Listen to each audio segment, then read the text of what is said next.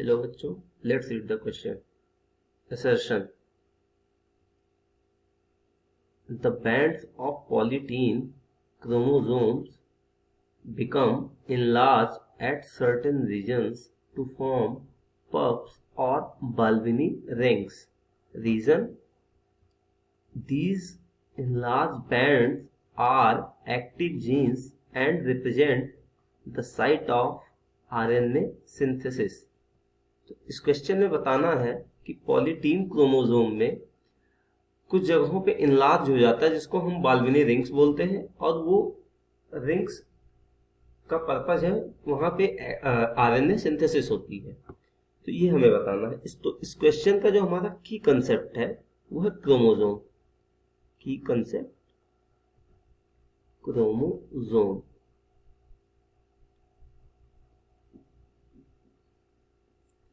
Chromosomes क्या होते हैं? Chromosomes structure present in nucleus made up of protein and DNA. तो जो हमारा क्रोमोसोम होता है वो प्रोटीन और डीएनए से मिलके बना होता है. इस डीएनए में हमारी जो जीन्स होती हैं वो ऑर्गेनाइज्ड होती हैं जिससे हमें कैरेक्टर्स मिलते हैं. ओके, तो ये क्रोमोसोम हो गया. लेकिन क्वेश्चन में बात की गई है पॉलीटीन क्रोमोसोम्स की. पॉलीटीन क्रोमोसोम्स की.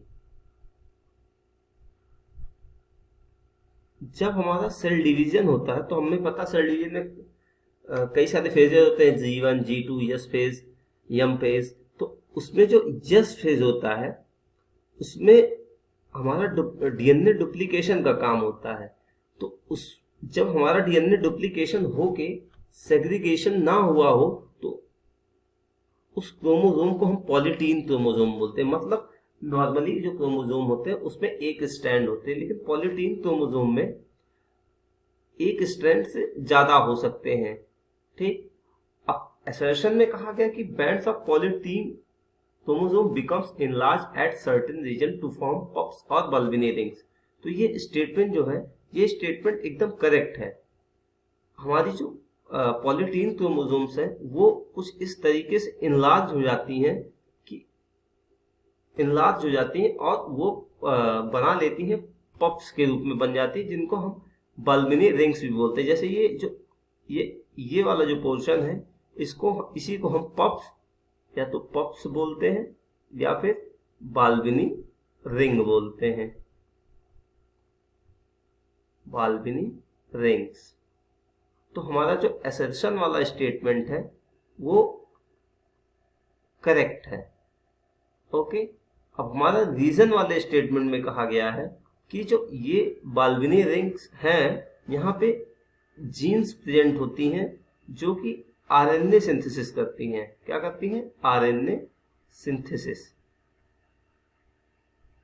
तो ये स्टेटमेंट भी हमारी एकदम करेक्ट है और जो ये रीजन है वो असर्शन को करेक्टली एक्सप्लेन करता है.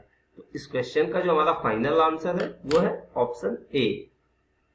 Both assertion and reason are true and R is the correct explanation of A. I hope you understand it well. Good luck.